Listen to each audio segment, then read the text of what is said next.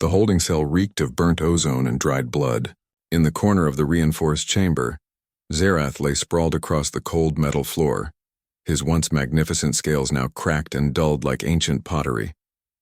The dragon's massive chest rose and fell in shallow, labored breaths. His wings, torn and pierced with energy probes, twitched involuntarily as residual currents from the torture devices still sparked through his nervous system. The Krasthul had been methodical in their cruelty. For 17 cycles they had extracted information from Zerath about his home system's defenses, using techniques that would have killed most sentient beings within hours. But dragons were made of sterner stuff, even if that resilience only prolonged their suffering. Zerath's forked tongue hung limply from his mouth, swollen and blackened. His eyes, once brilliant amber that could pierce through stellar clouds, were now clouded with dehydration and pain. The Krasthul had discovered early that denying him water amplified every other torment. They were efficient monsters, he'd give them that.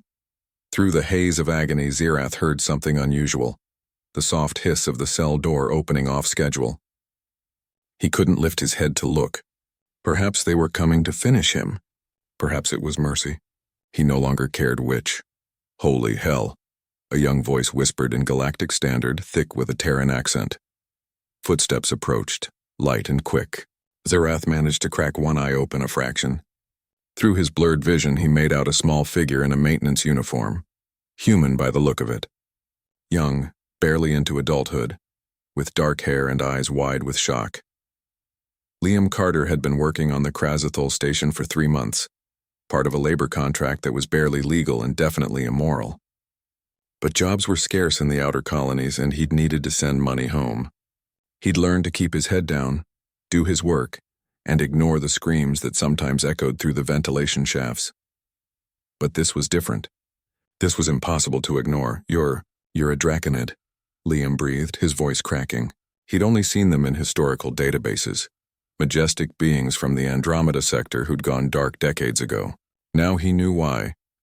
Zerath tried to speak, but only a rasping click emerged from his throat. Liam's survival instincts screamed at him to leave, to seal the door and forget what he'd seen. His shift supervisor would be back in 20 minutes.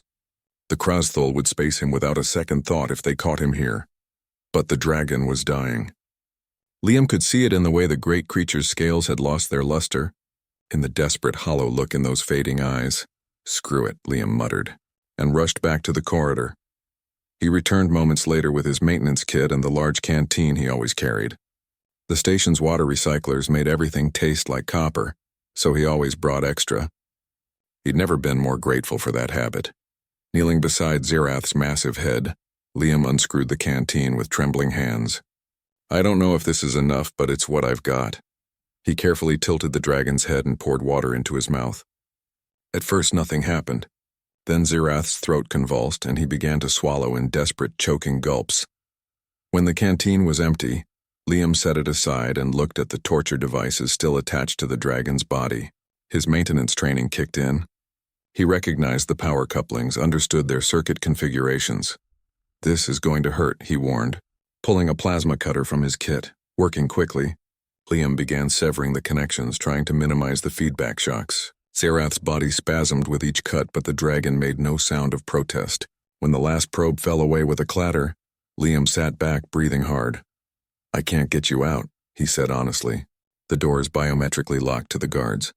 But maybe I can make things less awful until I figure something out. Zerath's eye focused on him with sudden clarity.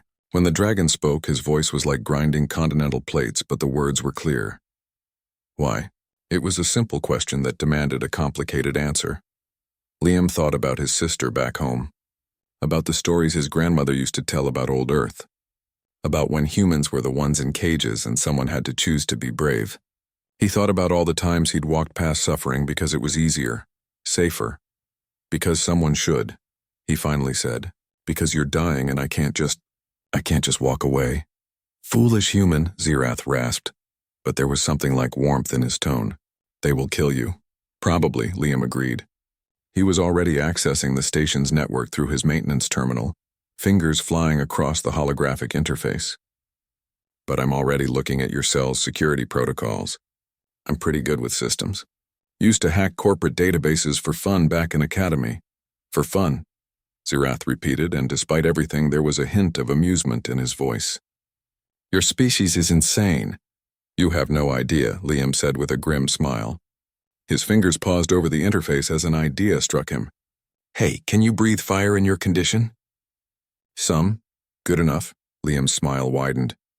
Because I think I know how to get us both out of here. But I'm going to need you to trust me, and it's going to involve a lot of explosions. Zerath studied the young human who'd walked into hell armed with nothing but a canteen and conscience. In 17 cycles of torture, the Krazathul had failed to break him. But this boy's simple act of kindness, his reckless bravery, had done what no amount of pain could accomplish. It had given him hope. Tell me your plan. Brave fool, Zerath said. And for the first time since his capture, he felt the ember of his dragon fire stir in his chest. Liam Carter pulled up a schematic of the station's fuel lines and began to explain.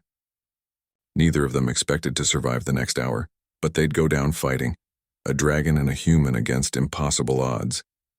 It was the most HFY thing either of them could imagine.